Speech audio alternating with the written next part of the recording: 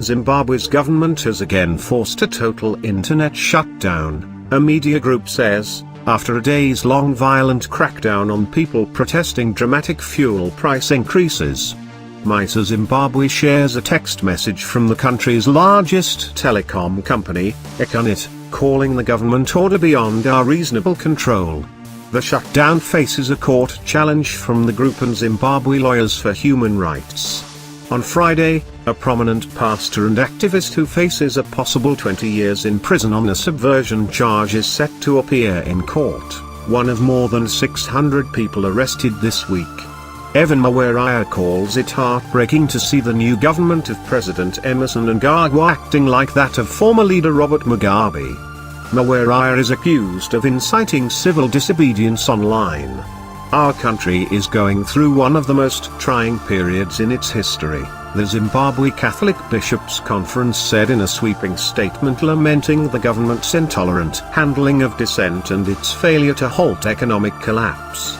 International calls for restraint by Zimbabwe's security forces are growing, while Mnangagwa prepares to plead for more investment at the World Economic Forum in Davos, Switzerland.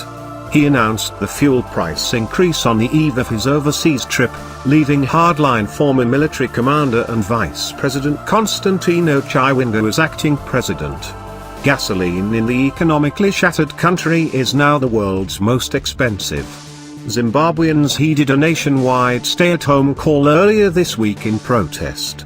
Rights groups and others have accused security forces of targeting activists and labor leaders in response, with the United States expressing alarm. The Zimbabwe Association of Doctors for Human Rights has said it had treated 68 cases of gunshot wounds and 100+ other cases of assaults with sharp objects, booted feet, baton sticks and more. Hungry residents of the capital, Harare, who ventured out seeking food reported being tear-gassed by police. Death tolls have varied. 8 people were killed when police and military fired on crowds, Amnesty International said. Zimbabwe's government said 3 people were killed, including a policeman stoned to death by an angry crowd.